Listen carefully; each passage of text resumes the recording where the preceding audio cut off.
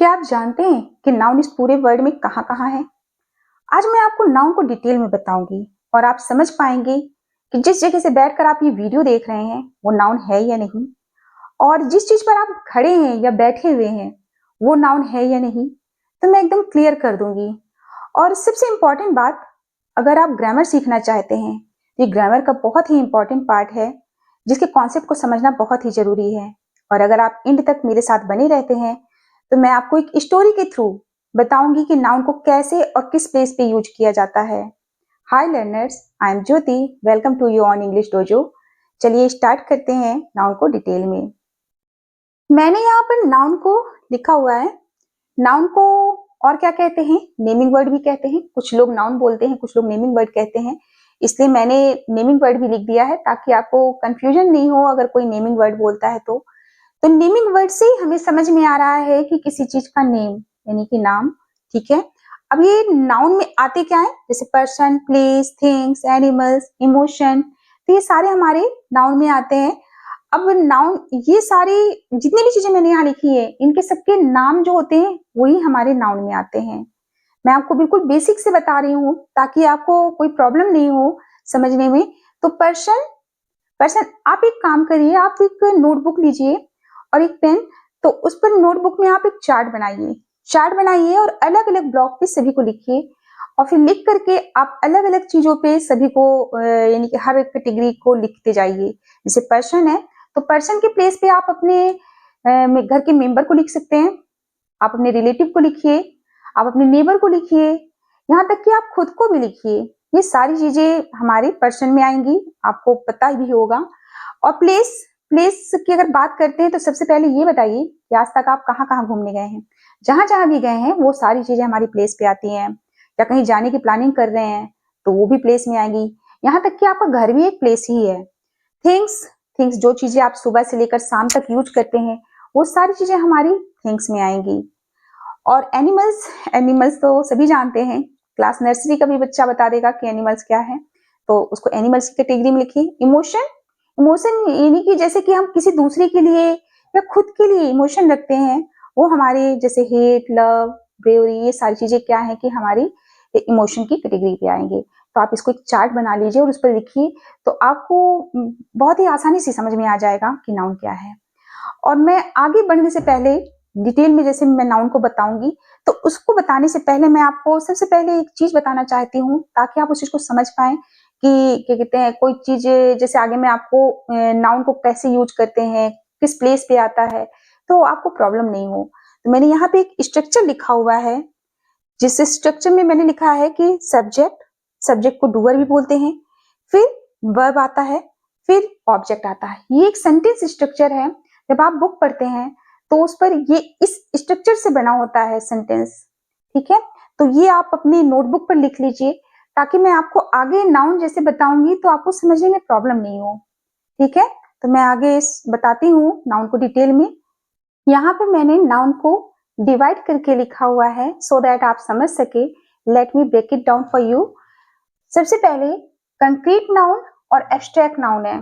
दो पार्ट्स में डिवाइड किया गया है नाउन को, कंक्रीट नाउन में और एब्स्ट्रैक्ट नाउन में।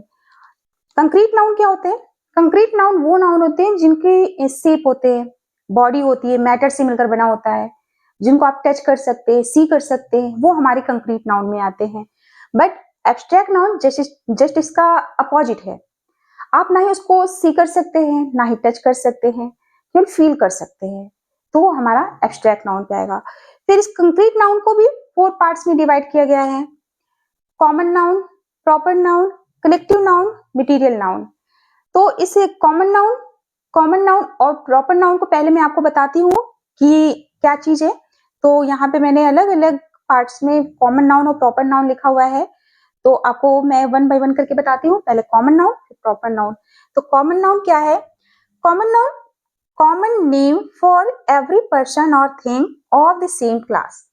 यानी कि कॉमन नेम जो होते हैं ना, चाहे वो पर्सन हो, थिंग्स हो, ये सेम क्लास में आते हैं। इनको सेम क्लास में रखा जाता है, चाहे वो बॉय हो, गर्ल हो, मैन, कोई भी थिंग्स। तो वो सारी चीजों को क्या किया जाता है, उनको सेम क्लास में रखते हैं। ठीक है। तो इसमें सेम क्लास होता है। और सेकेंड है, इट हैज प्लूरल फॉर्म। इसका प्लूरल फॉर्म भी बना सकते हैं। कैसे बना सकते हैं? जैसे देखिए मैंने यहाँ एग्जाम्पल लिखा है कि किंग, तो किंग को किंग्स बोल सकते हैं, बॉय को बॉयज, गर्ल को गर्ल्स एंड सिटी को सिटीज। ऐसे ही करके आप सभी के प्लूरल फॉर्म बना सकते हैं, जैसे कॉन्टिनेंट्स, डॉग्स, सोप्स, ऐसे करके आप सभी के बना सकते हैं। ठीक है, अब इसके बाद क्या है, has no its first capital letter. इसका फर्स्ट लेटर जो है कैपिटल लेटर, यानी कि क्या है, सेंटेंस का जैसे लेटर होता है ना फर्स्ट लेटर, तो वो होगा। लेकिन इसका क्या कहते हैं, जो फर्स्ट लेटर अगर बीच में आ रहा है जैसे, तो नहीं होगा। ठीक है ना, इसलिए लिखा है has no its first capital letter. अगर जैसे कि सेंटेंस के बीच में किंग आया या बॉय, ये कोई भी आए, अगर बीच में आए हैं, तो यहाँ पे कोई नीड नहीं है कि इसको आप कैपिटल लेटर से लिखिए, ये स्मॉल लेटर में ही लिखे जाएंगे। अगर ये स्टार्टिंग पे, सेंटेंस की स्टार्टिंग पे आ रहे हैं, तो आप इसको कैपिटल पे लिखेंगे, अदरवाइज बिटवीन पे आपको इसमें ही लिखना है, स्मॉल लेटर पे ही। तो ये हमारे इसके एग्जाम्पल है, king, boy, girl, city, continent, dog, soap. तो ये हमारे इसके क्या कहते हैं एग्जाम्पल्स हैं। अब मैं बात करती हूँ प्रॉपर नाउन की। Proper nouns name of some particular person, place और थिंग्स। ये यानी कि कुछ पर्टिकुलर पर्सन, प्लेस और थिंग्स में आते हैं। ठीक है ना, इनको एक पर्टिकुलर नेम दिया जाता है।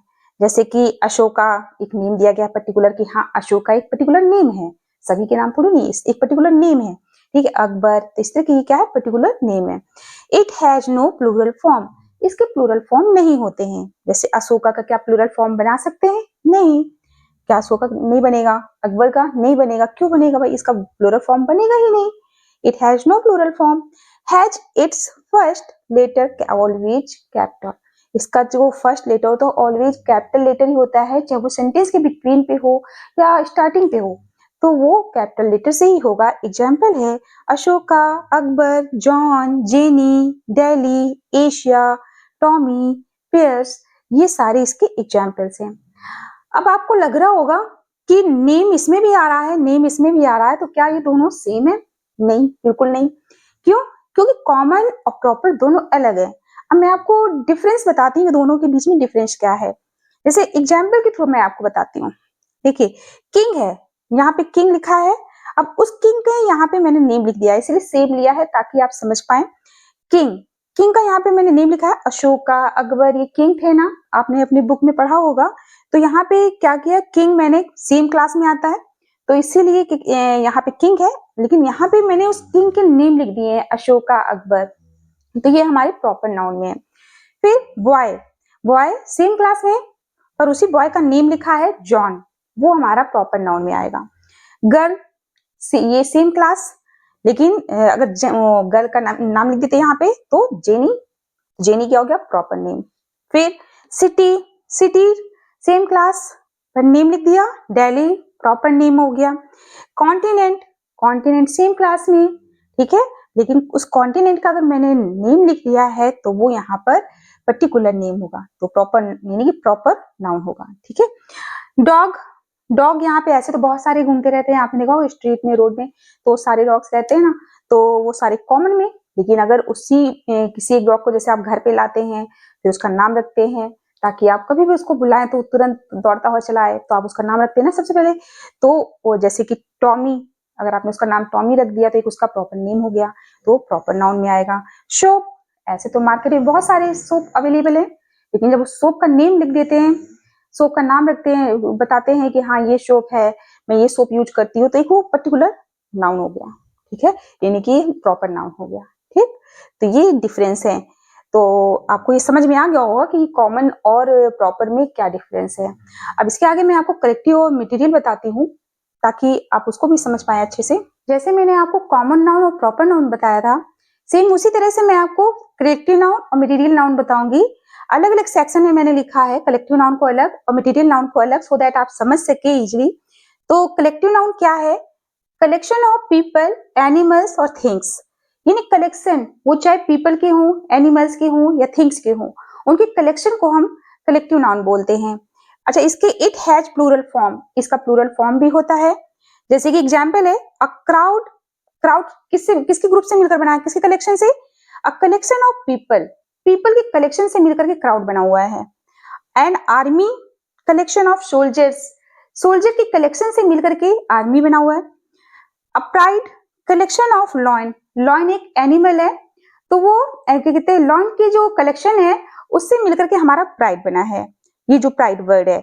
और अ बुक के कलेक्शन ऑफ फ्लावर्स, फ्लावर एक थिंग है, तो वो जो फ्लावर्स की कलेक्शन होते हैं उससे मिलकर के हमारा एक बुक के वर्ड बना हुआ है।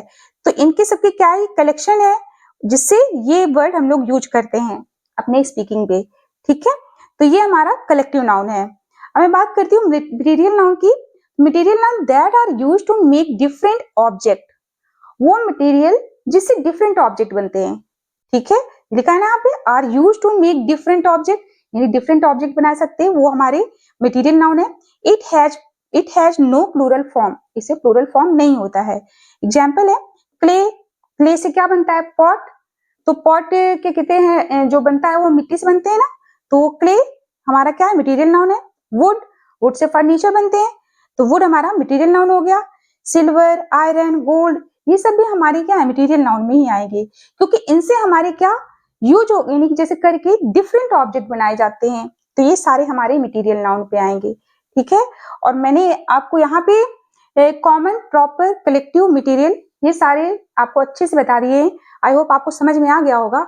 अब मैं आपको कंक्रीट के ये चारों फॉर्म थे, अब मैं आपको एब्स्ट्रैक्ट नाउन के बारे में बताती हूँ। एब्स्ट्रैक्ट नाउन की, आखिर एब्स्ट्रैक्ट नाउन क्या है, ऑलरेडी मैंने आपको बताया था जब मैंने नाउन को क्लासिफाइड किया था, कंक्रीट नाउन और एब्स्ट्रैक्ट नाउन पे, कि उसको केवल फील कर सकते हैं।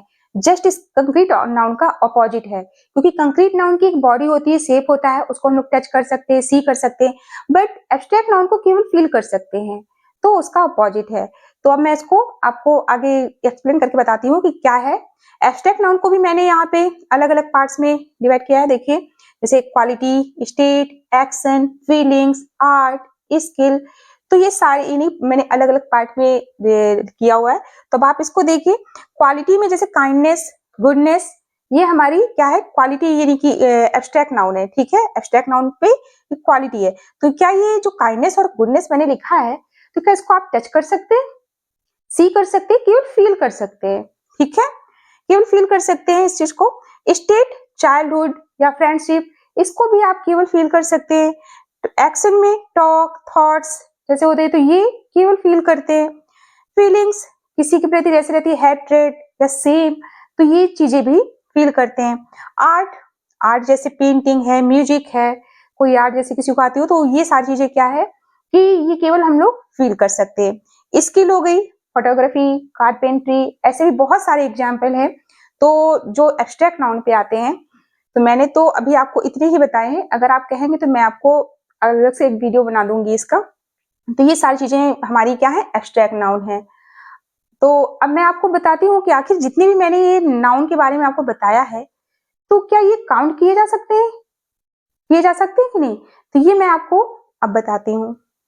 अब तक मैंने आपको बताया नाउन के बारे में कि नाउन को कितने पार्ट में क्लासिफाइड किया गया है।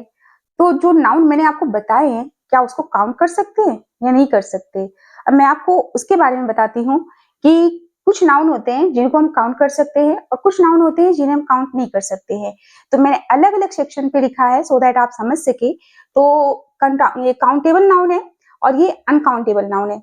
कुछ लोग इसको काउंट नाउन बोलते हैं, कुछ लोग इसको नॉन काउंट नाउन बोलते हैं, तो दोनों तरह से यूज कर सकते हैं।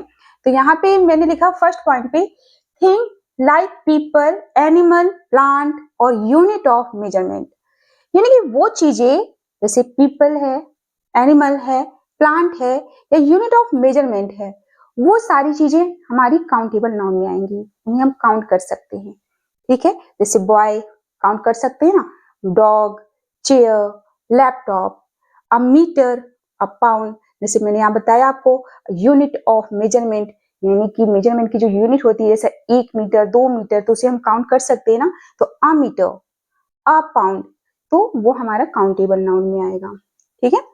फिर उसके बाद इट कैन बी सिंगुलर और प्लूरल, इसे हम सिंगुलर और प्लूरल फॉर्म में भी बना सकते हैं। कैसे, जैसे the new computers have arrived. अब यहाँ पे जो मैंने कंप्यूटर्स लिखा हुआ है, ये वर्ड, ये एक नाउन है ना, नाउन है, आप इसको काउंट कर सकते हैं, एक कंप्यूटर, 2 कंप्यूटर, तो यहाँ पे क्या है कि कंप्यूटर्स को हम कंप्यूटर्स लिख दिए, इसलिए यहाँ पे क्या लगा, हैव लगा है, बट आपको मैं वो बाद में बताऊंगी। तो ये क्या है, कंप्यूटर जो है, कंप्यूटर को काउंट कर सकते हैं, तो कंप्यूटर एक काउंटेबल नाउन है। ठीक है, अब मैं बात करती हूँ अनकाउंटेबल नाउन की। अनकाउंटेबल नाउन क्या होता है? Things like substance, material and commodities. वो चीजें जैसे सब्सटेंस है, मटेरियल है, कमोडिटीज होती है, ये सारी चीजों को क्या है, हम काउंट नहीं कर सकते। एग्जाम्पल है वाटर, ऑयल, मनी, प्रोग्रेस।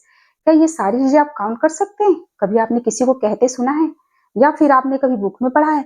नहीं। क्यों? क्योंकि इन चीजों को हम काउंट नहीं कर सकते हैं। अच्छा, सेकेंड टिप, सेकेंड इसका क्या है? It can not be plural. इसका प्लूरल फॉर्म भी नहीं बना सकते। क्या वाटर को वाटर्स बना सकते हैं, ऑयल को ऑयल्स बना सकते हैं? ऐसा नहीं ना। तो it can not be plural, इसका प्लूरल नहीं बनता है। The new furniture has arrived. यहाँ पे देखिए, मैंने यहाँ फर्नीचर नाउन वर्ड लिखा। ये फर्नीचर क्या है? नाउन है। तो फर्नीचर को फर्नीचर्स क्यों नहीं लिखा?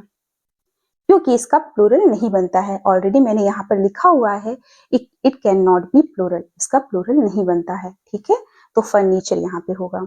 We can not use a और एन, यानी कि जैसे कि मनी है, मनी के पहले क्या हम आ लगा सकते, वो आ या एन लगा सकते हैं? बिल्कुल नहीं। इसलिए यहाँ एग्जाम्पल में मैंने लिखा है ही गिव मी सम मनी। यहाँ पे अगर इस जगह सम की जगह अगर मैं आ लगाती हूँ तो क्या वो राइट होगा या एन? बिल्कुल भी नहीं।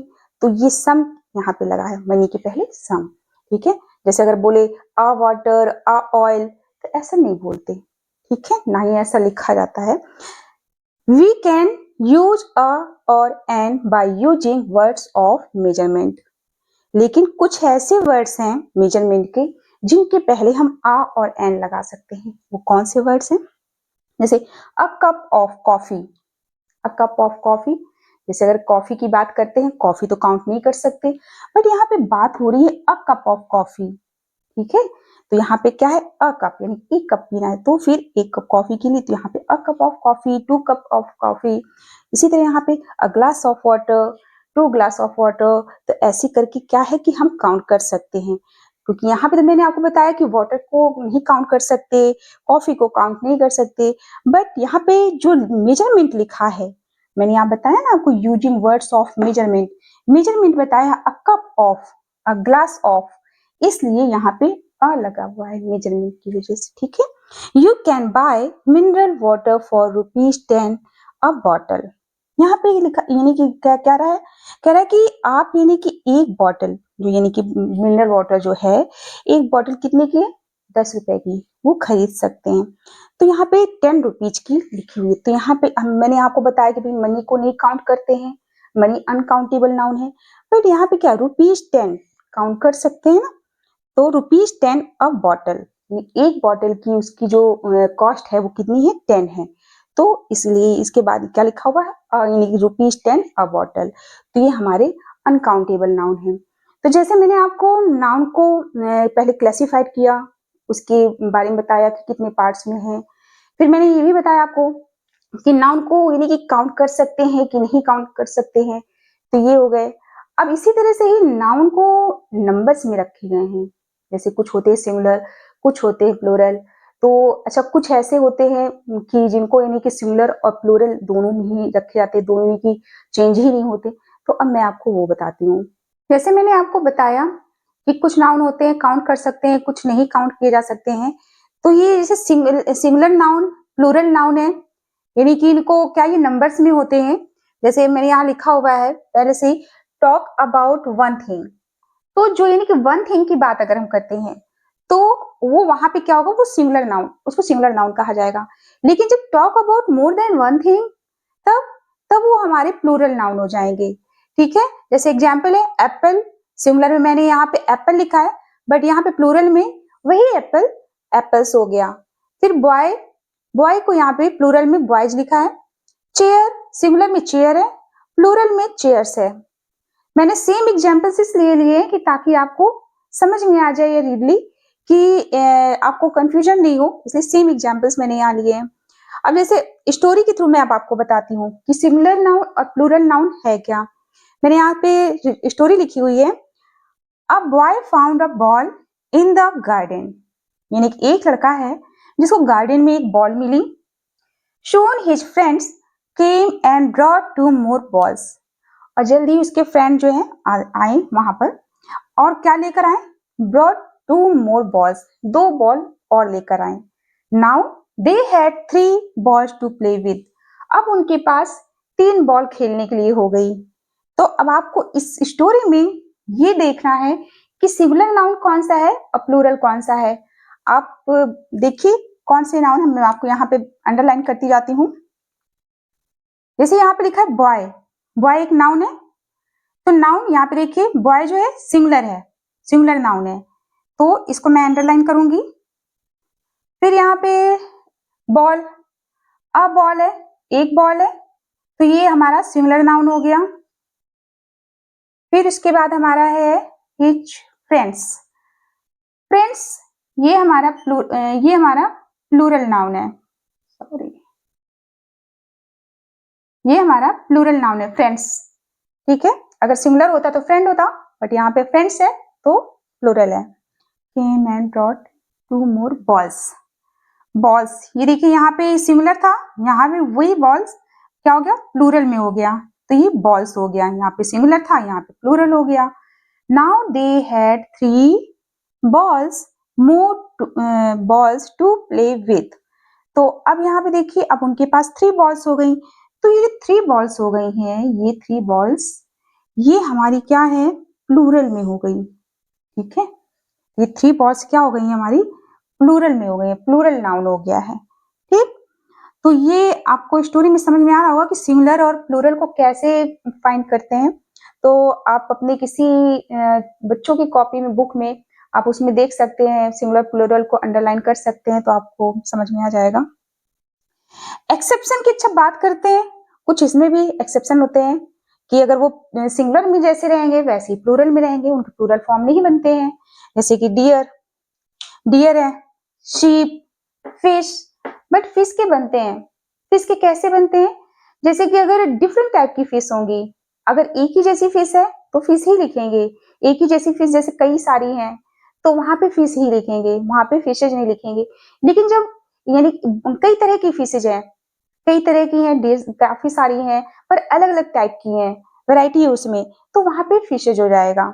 सीरीज, स्पीसीज, तो ये क्या है? ये कुछ एक्सेप्शंस हैं कि जिनको हम अगर प्लूरल फॉर्म में नहीं कर सकते, यानी कि सेम रहेगा, वो जैसे सिंगुलर में रहेगा वैसे ही प्लूरल में रहेगा. तो जैसे अब आपको ये समझ में आ रहा होगा सिंगुलर प्लूरल कैसे यानी कि पता करते हैं कि सिंगुलर क्या है, प्लूरल क्या है. तो अब मैं आपको जेंडर के बारे में बताती हूँ कि जेंडर कैसा, यानी कि नाउन में जेंडर जो होता है वो क्या रोल प्ले करता है. नाउन में अगर जेंडर की बात करें तो जेंडर को 4 पार्ट्स में डिवाइड किया गया है. I have already written here. Means gender means male female are divided into 4 classes. 4 classes में इसको डिवाइड किया गया है. देखिए मैंने यहाँ पे 4 पार्ट्स में लिखा हुआ है. फर्स्ट वन है मैस्कुलाइन जेंडर. मैस्कुलाइन जेंडर एक मेल को रिफर करता है, जैसे कि lion, king, bull. And second one feminine gender. Feminine gender एक फीमेल को रिफर करता है, जैसे कि लॉयनेस, क्वीन, काउ.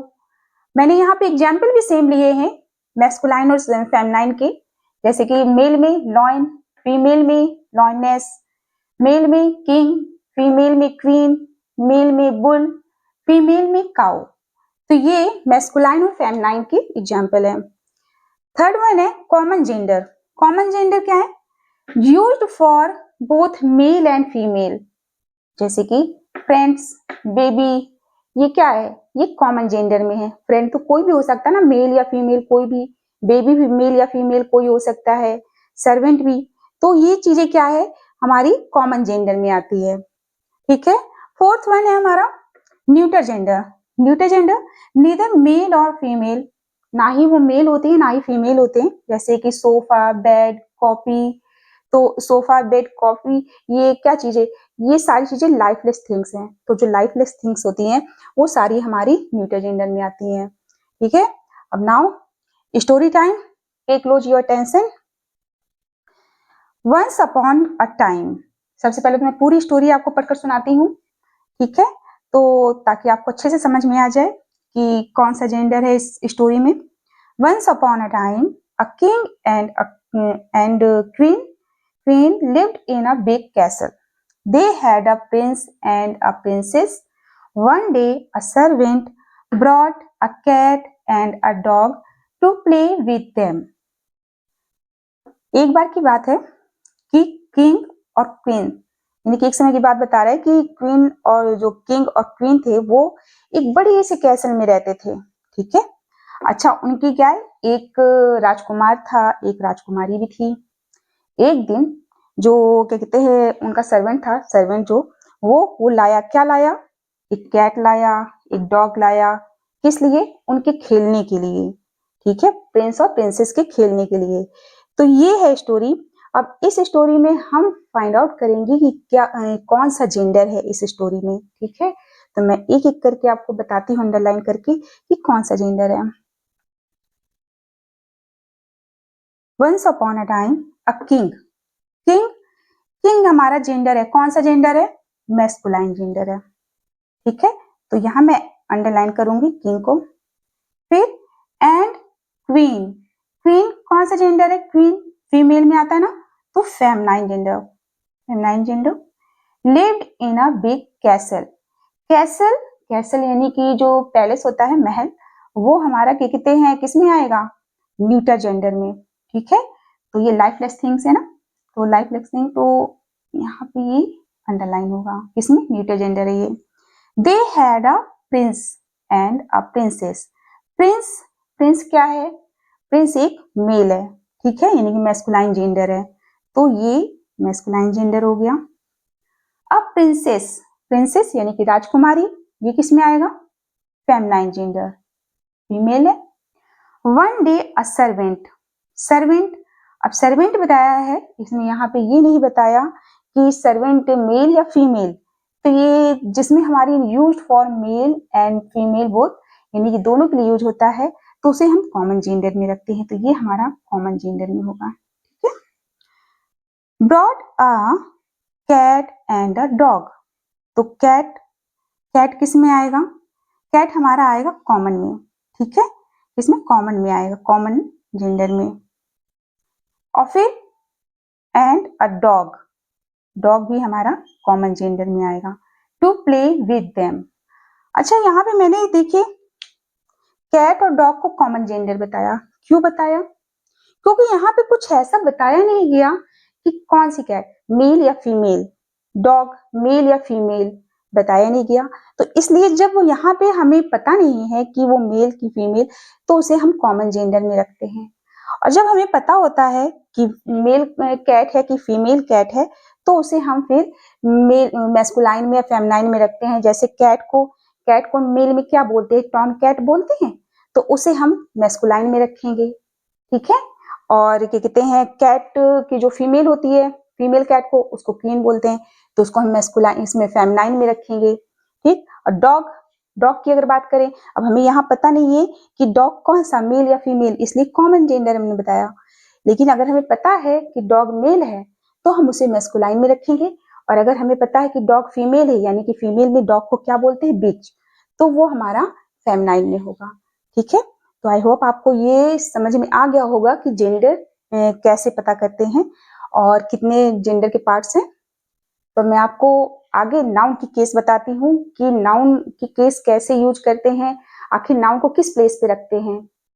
मैंने स्टार्टिंग पे नाउन को डिटेल में बताने से पहले आपको एक सेंटेंस स्ट्रक्चर बताया था कि हमारे जो सेंटेंस स्ट्रक्चर बने होते हैं वो किस तरह बने होते हैं। तो अगर आप भूल गए हो, आपने अपनी नोटबुक पर नहीं लिखा हो, तो मैंने यहाँ पर फिर से लिख दिया है। आप देखिए यहाँ पे लिखा है, पहले सब्जेक्ट आएगा स्ट्रक्चर पे, पहले सब्जेक्ट जिसको डूअर भी बोलते हैं, फिर वर्ब आएगी, फिर उसके बाद ऑब्जेक्ट। तो इस तरह से हमारा सेंटेंस स्ट्रक्चर चलता है। ठीक है, तो अब मैं आपको बताती हूँ कि जो मैं नाउन केस की बात कर रही हूँ, तो जो नाउन है वो किस प्लेस पे आता है? सब्जेक्ट के प्लेस पे, ऑब्जेक्ट के प्लेस पे, तो उसको क्या बोलते हैं? तो मैं आपको नाउन केस बताती हूँ कि नाउन केस कितने पार्ट में डिवाइड है। तो नाउन केस 4 पार्ट्स में डिवाइड है। मैंने यहाँ पे लिखा है सब्जेक्टिव केस, जिसे नॉमिनेटिव केस भी बोलते हैं, ऑब्जेक्टिव केस जिसे एक्यूजेटिव केस भी बोलते हैं, पजेसिव केस जिसे जेनेटिव केस भी बोलते हैं, वोकेटिव केस। तो ये हमारे 4 टाइप के केस हैं।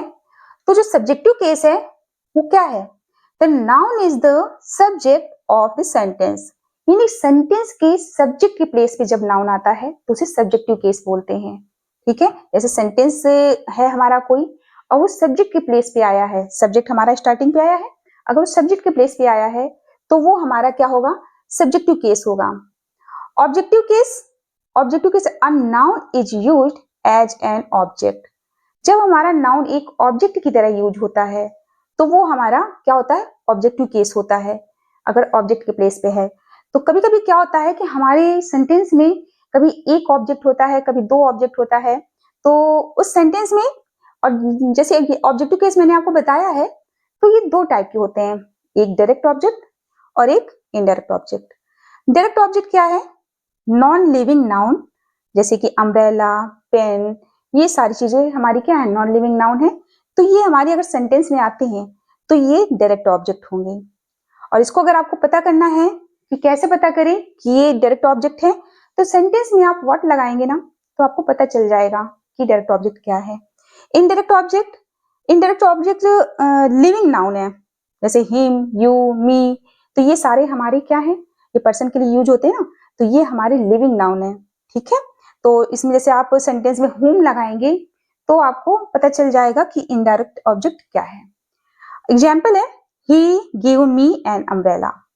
मैंने यहाँ पे एग्जाम्पल जो लिखा हुआ है वो आप देख रहे होंगे कि सेंटेंस स्ट्रक्चर के अकॉर्डिंग देखिए, पहले हमारा सब्जेक्ट है, फिर वर्ब है, देखिए वर्ब लिखा है, फिर हमारा ऑब्जेक्ट है। और ऑब्जेक्ट मैंने आपको बताया कि दो टाइप के ऑब्जेक्ट होते हैं, डायरेक्ट ऑब्जेक्ट और एक इनडायरेक्ट ऑब्जेक्ट।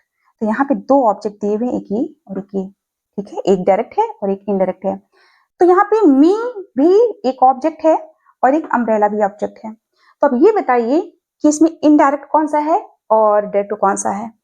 तो अब बताया था ना मैंने आपको कि अगर आपको डायरेक्ट ऑब्जेक्ट पता करना है तो व्हाट लगाना पड़ेगा, किसमें, व्हाट लगाएंगे, वर्ब में, यानी गिव में, कि क्या दिया, क्या दिया, अम्ब्रेला दिया। तो अम्ब्रेला हमारा क्या हो गया, एक डायरेक्ट ऑब्जेक्ट हो गया। ठीक है, देखिए मैंने यहाँ लिखा है ना अम्ब्रेला।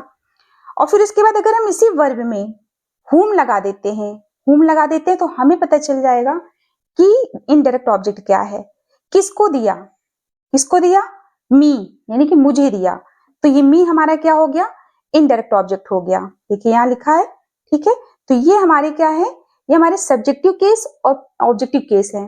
अब इसी तरह से मैं आपको पजेसिव केस और वोकेटिव केस बताती हूँ कि उसको कैसे कहते सेंटेंस में यूज करते हैं। जैसे मैंने अभी तक आपको सब्जेक्टिव केस और ऑब्जेक्टिव केस बताया है, उसी तरह नाउन केस की जो दो और केस है, पजेसिव केस और वोकेटिव केस, मैं आपको उसको भी एक्सप्लेन करती हूँ।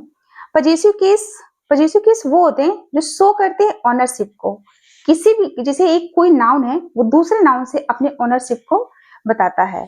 ठीक है, जैसे उसमें क्या यूज करते हैं, use of apostrophe S with noun, यानी कि नाउन के साथ क्या होगा, जो पहला नाउन होगा उसके साथ में अपोस्ट्रोफी एस लग जाएगा। ठीक है, और वो अपनी ऑनरशिप को बताता है। जैसे कि देखिए यहाँ पे मैंने 3 पॉइंट्स बताए हैं, तो अब आपको मैं उससे बताती हूँ। When the noun is singular, जब नाउन हमारा सिंगुलर होता है, जैसे नाउन हमारा सिंगुलर है, जैसे यहाँ लिखा मैंने द बॉय, तो बॉय क्या नाउन है, सिंगुलर है। तो जब नाउन हमारा क्या सिंगुलर होता है तो उसके साथ हमारा अपोस्ट्रोफी एस लगता है। ठीक है, अपोस्ट्रोफी एस, बुक्स। ठीक है, यानी कि बॉयज बुक्स, इसको हम क्या रीड करेंगे, बॉयज बुक्स। ठीक है, यानी कि लड़के की जो है वो बुक है, किताब है। ठीक, तो ये क्या हो गया, ये पोजीशन बता रहा है, पोजीशन है इसके साथ इसका, कि जो बुक है वो उस लड़के की है। ठीक है, और the Kings crown, Kings crown यानी कि किंग है, किंग ये नाउन है, सिंगुलर नाउन है, तो जो किंग है सिंगुलर नाउन, वो बता रहा है उसका पोजीशन क्या है, ये क्राउन, क्राउन यानी कि किंग्स का क्राउन। ठीक है, अब इसी तरह से when the noun is plural and ends in s, यहाँ पे नहीं, जब नाउन प्लूरल फॉर्म में होता है, देखिए यहाँ लिखा है ना प्लूरल फॉर्म में, जब प्लूरल फॉर्म में होता है, जैसे ये प्लूरल फॉर्म में है नाउन और उसका एंड एस से होता है, ये देखो ये प्लूरल फॉर्म है। ठीक है, प्लूरल फॉर्म में है ये नाउन और एस से एंड हुआ है, तो यहाँ पर हम एक्स्ट्रा एस नहीं लगाएंगे, ओनली अपोस्ट्रोफी लगाएंगे। तो यहाँ पे बॉयज अपोस्ट्रोफी मार्क लगाए, फिर उसके बाद स्कूल, यानी कि लड़कों का स्कूल है। ठीक है, तो ऐसे करके बनाए। फिर ऐसे हॉर्सेस टेल्स, तो यहाँ पे देखो जो हॉर्स है ये प्लूरल है, तो और फिर अपॉस्ट्रॉफी मार्क लग गया, फिर उसके बाद ये टेल्स। ठीक है, तो ये हॉर्स की टेल्स हो गई। तो ये हो गया। तो जब यानी कि हमारा नाउन प्लूरल होगा और इंड हमारा एस से होगा तो वहां पर हम केवल अपॉस्ट्रॉफी लगाएंगे, दोबारा फिर हमें एस लिखने की नीड नहीं है। When the noun is plural but does not end in s। देखिए आपको ये दोनों सेंटेंस सिमिलर लग रहे होंगे कि जब नाउन यानी कि प्लूरल हो, इसमें भी प्लूरल बता रहा है, लेकिन डिफरेंस है इसमें थोड़ा। देखिए जैसे यहाँ पे बताया कि प्लूरल हो लेकिन इंड जो है एस से हो, और यहाँ पे क्या है, when the noun is plural but does not ends in s, यानी कि यहाँ पे s से इंड ना हो। ठीक है, देखो जैसे यहाँ पे लिखा है plural men, men plural form है मैन का, तो यहाँ पे मेन अपॉस्ट्रॉफी एस क्लब। ठीक है, यानी कि मेंस का क्लब। तो यहाँ पे क्या हो गया है, क्योंकि प्लूरल है लेकिन यहाँ पे देखते हैं एस नहीं लिखा हुआ है, तो यहाँ पे अपॉस्ट्रॉफी एस करके लगा हुआ है। ये भी प्लूरल है, चिल्ड्रंस बुक, तो चिल्ड्रन के साथ देखिए अपॉस्ट्रॉफी एस, और बुक्स तो चिल्ड्रंस की बुक्स, तो यहाँ पे ऐसे ही लगाएंगे, यानी प्लूरल दोनों ही है लेकिन यहाँ पे इंड्स हुआ है एस से, जिसकी वजह से हमने क्या किया है कि दोबारा उसमें एस नहीं लिखा है। बट यहाँ पे एस नहीं है तो हम क्या किए, उसमें अपॉस्ट्रॉफी लगा करके एस लगाया है। ठीक है, अब है vocative case. Vocative case use to address और कॉल समवन डायरेक्टली, यानी कि जब हम किसी को बुलाते हैं डायरेक्टली, एड्रेस करते हैं, तो वहां पे क्या होता है, जैसे आपने सुना होगा ना, कहीं पे कोई स्पीच देता है तो लेडीज या जेंटलमैन बोलते हैं ना, तो उसको कॉमा से क्या करते हैं, सेपरेट कर देते हैं उस सेंटेंस से लिखते समय। तो क्या करते हैं, जैसे यूज टू एड्रेस और कॉल समवन डायरेक्टली, तो ये यानी कि जब हम किसी को बुलाते हैं तब जो यूज होता है वर्ड सेंटेंस के पहले, तो वो हमारा वोकेटिव केस होता है। जैसे ओ गॉड प्लीज हेल्प मी, तो देखो ओ गॉड जो है ये क्या है, ये हमारा वोकेटिव केस है। ठीक है, और प्लीज हेल्प मी स्पेस से क्या किया गया है, उसको अलग कर दिया गया है। ठीक है, तो ये हमारा वोकेटिव केस हो गया। Sir may I ask a question, sir may I ask a question, तो यहाँ पे क्या किया गया, सर को सेंटेंस उससे सेपरेट कर दिया गया है, तो सर एक है क्या, वोकेटिव केस है। तो इस तरह से बहुत सारे एग्जांपल्स होते हैं। तो आपको समझ में आ गया होगा जिस तरह से मैंने आपको ये वोकेटिव केस और पॉजिटिव केस यानी केस नाउन केस सारे जो बताए हैं। तो अब मैं आपको आगे एक स्टोरी देती हूँ, उस स्टोरी से आप समझ पाएंगे कि आपको नाउन कितना समझ में आया।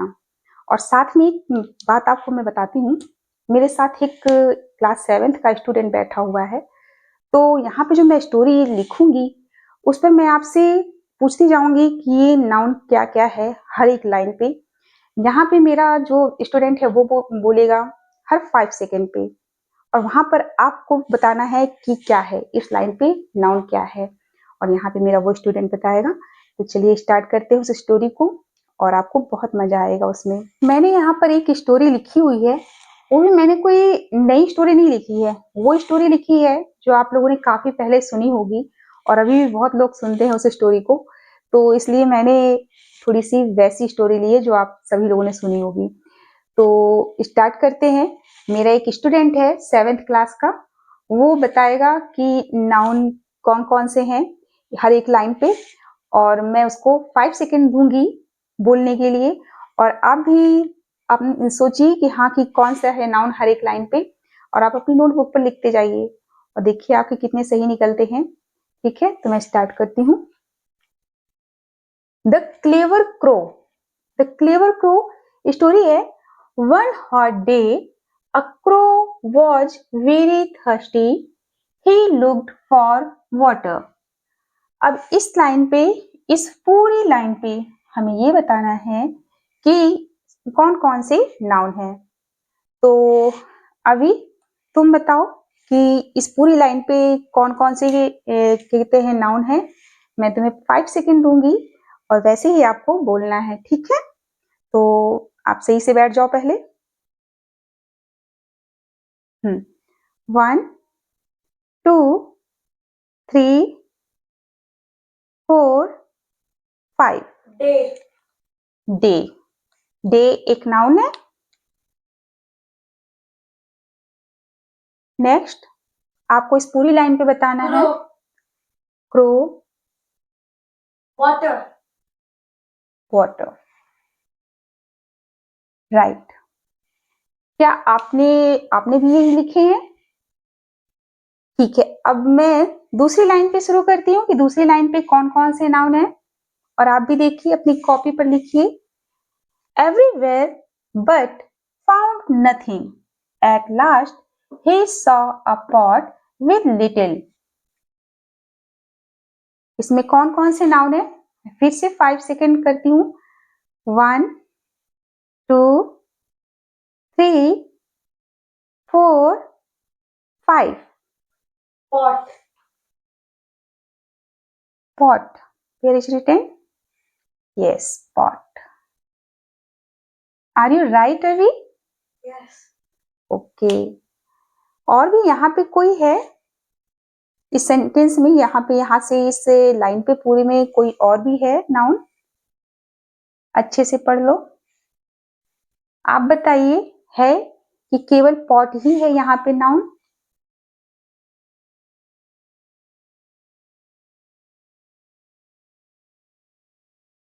मैं तीसरी लाइन नहीं है, मैं तीसरी लाइन शुरू करती हूँ। Water at the bottom, the crow thought how can I drink the water. तो यहाँ पे इस तीसरी लाइन पे मैं फिर से काउंट करती हूँ, और फिर से अभी तुम भी सोचो और बताओ कि कौन सा नाउन है। 1 2 3 4 5। Water. वाटर। Bottom. बॉटम, या right. Bottom is a place. Crow. Crow. Water. Water, right.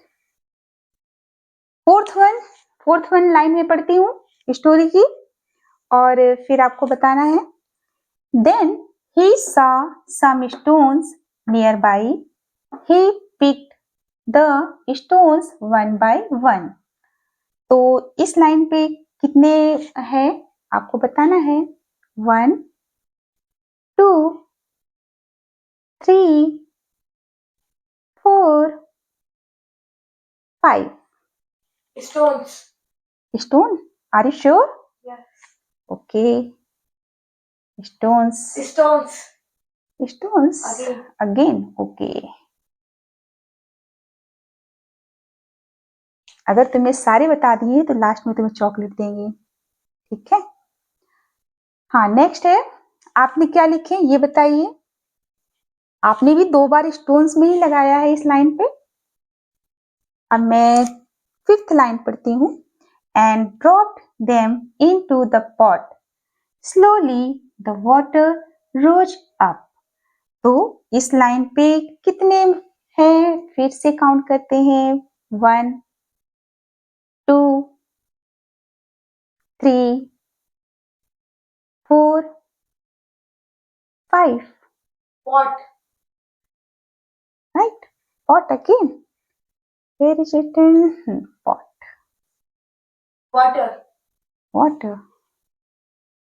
You know very well, अभी। आपने क्या लिखा? आपने भी पॉट और वाटर में अंडरलाइन किया है। आपको भी लग रहा है कि पॉट और वाटर है, नाउन है। चलिए ठीक है, मैं आगे की लास्ट लाइन पढ़ती हूँ। The crow drank the water and flew away happily। Now I will count again।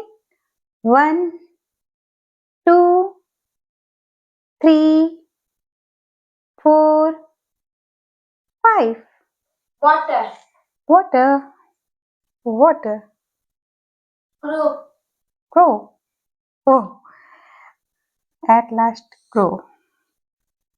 Okay, और भी कोई है? श्योर? ओके, अगर श्योर हो तो ठीक है। ठीक है, आपने भी, आप बताइए आपने क्या किया? आप भी देख लीजिए, आपका भी सेम ऐसा ही है या कहीं और पे भी आपने अंडरलाइन लगाया है, या सेम ऐसे ही आपने भी अंडरलाइन लगाया है? पर आपको अंडरलाइन करने की जरूरत नहीं है, स्टोरी लिखने की जरूरत नहीं है, आपको केवल लिखना है कि हर एक लाइन पे कौन से नाउन है, ठीक है? लास्ट है मोरल। क्योंकि मोरल तो स्टोरी पे तो भाई बताना ही चाहिए, है कि नहीं? क्योंकि इतनी अच्छी स्टोरी है, छोटे से सुनते आ रहे हैं, ठीक है? तो हर इस स्टोरी में क्या मोरल है?